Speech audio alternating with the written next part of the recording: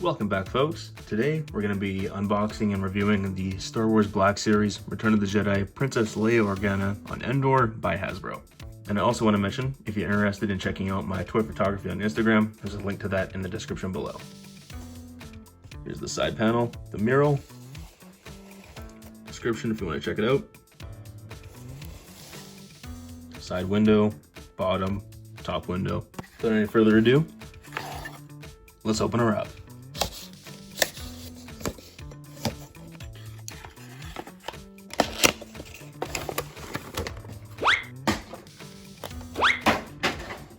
Alright, so here she is out of the box. Now before we get into any of the details or accessories, we'll start off with the articulation. But to do that, I gotta remove the poncho and the helmet. So to remove the helmet, you just kind of pull the strap away from the side there. It's not clipped in or anything, just pull it off.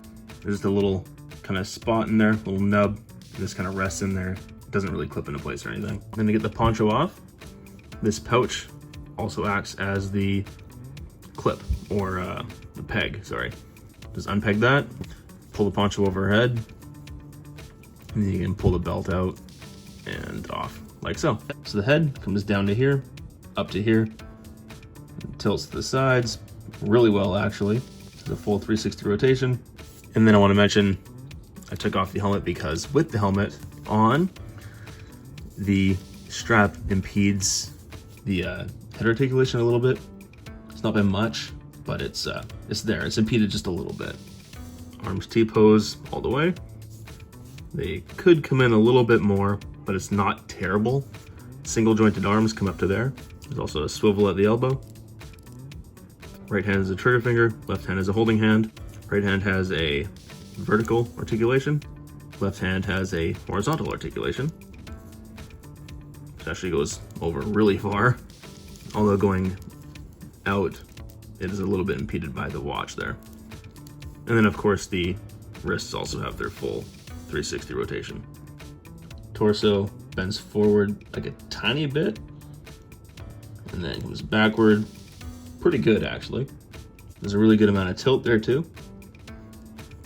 And the torso spins the full 360 degrees. And the thighs have a full 360 rotation. And the knees, single joint, come up to there. And they also have a swivel at the knee. I love the figures that have that. That's a really cool feature. And I almost forgot to mention, the arms do not have butterfly joints either. Ankle comes down that far, and then up a little bit, and we've got the full 360 ankle shatter. And with that, the articulation is done. Now moving on to some details and the accessories. First off, I want to point out that the soles on the boots are actually a different color than the top of the boots, and I think that's a really cool feature because I don't think I've ever actually seen that on any other action figures, so that's really cool to see. And I want to compare the face of this Leia between the other two best Leias that we've had, in my opinion so far, for the facial features. I think this one is probably the best, and again it comes down to that matte finish. It's a little bit of gloss there, but so much less gloss than this figure and so many other figures, and I think that matte finish really helps a lot to make it just look more like a human face that isn't just soaking wet. But this one is not bad by any means. I like it, it's good, it's solid. A classic Leia blaster, holds it really well. Trigger finger goes in the loop real nice. She can hold it with one hand really good, and she can also get a pretty decent hold with two hands and put into an aiming position. So that's pretty cool. Now this holster is a little bit different from the ones that we've been getting on most modern figures. It doesn't have the strap on top, but it still works out really well. Holds the blaster in there, it's not gonna fall out or anything. Although it sits up pretty high on Leia, it's kind of tough to do maybe a shot where she's drawing her blaster, but you can. It's just really high up there and looks a little bit awkward maybe. Yeah, so it looks something like that. But yeah, like I said, it looks a little bit awkward how high up her arm has to go to pull it out. But it doesn't change the fact that I love these removable belts. I think that damn near every figure should have a removable belt.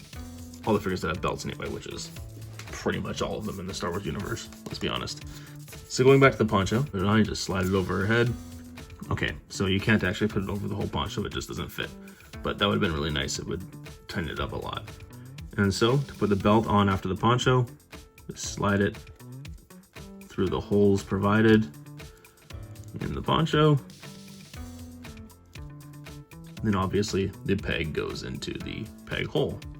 And now she's got a poncho on. And something I noticed on the back here where there's a hood, there's actually a hole here. You see that? With some stitching right here. So if you're ballsy enough, you could probably cut that stitching and use this as a hood, which is something I'm very curious about. If you've done that, or if you know that it can be done, then please let me know in the comments. I can't really see why it wouldn't be able to work. I just don't want to cut that thread and then ruin the stitching on the hood there. So I'm not really too keen to try it out unless I know for sure that it's gonna work. So if you've seen it done, let me know in the comments. And a helmet, like I mentioned before, you can just put it on, slide the strap in on the other side of the helmet there, and it goes on just like so.